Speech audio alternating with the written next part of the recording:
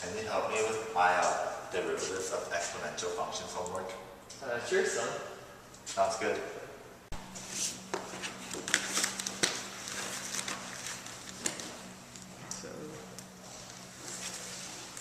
Okay, so let's start with an easy one.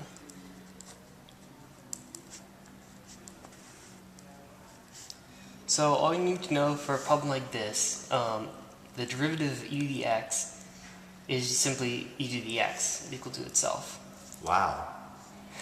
So also if it was something like e to the a number times x, then the derivative would just be that number times e to the number times x. Oh, this is called the chain rule, right? Yeah, just based on the chain rule. Alright then, I get that, but what about a harder one? Like what if it's not e, but say it's like 2 to the x? Then what do you do? It's kind of similar and it's also pretty easy. So the derivative of a to the x is just equal to the natural log of a times a to the x.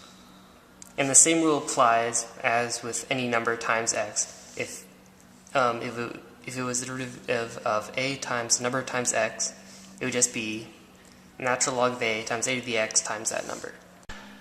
Oh, so that was just a chain rule again, right? Yeah, it's still essentially the same. Ha!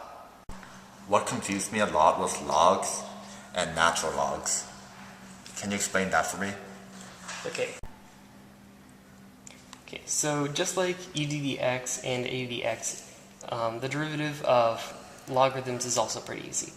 So the derivative of the function natural log of x is really easy to remember. It's just 1 over x. And for other functions like log of base x of y is just 1 over the natural log of x times y. Thanks, Philip. I think I understand the basis. You want to do some homework together now? Alright, sounds good.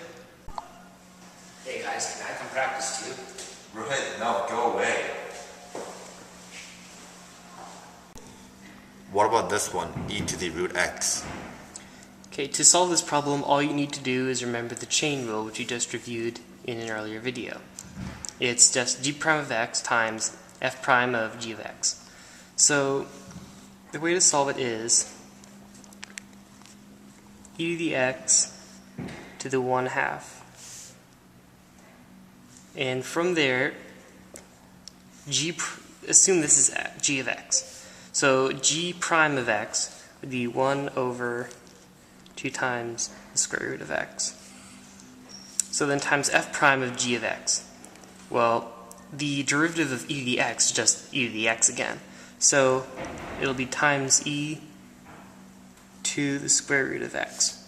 So your final answer is just e to the square root of x over 2 times the square root of x. Alright.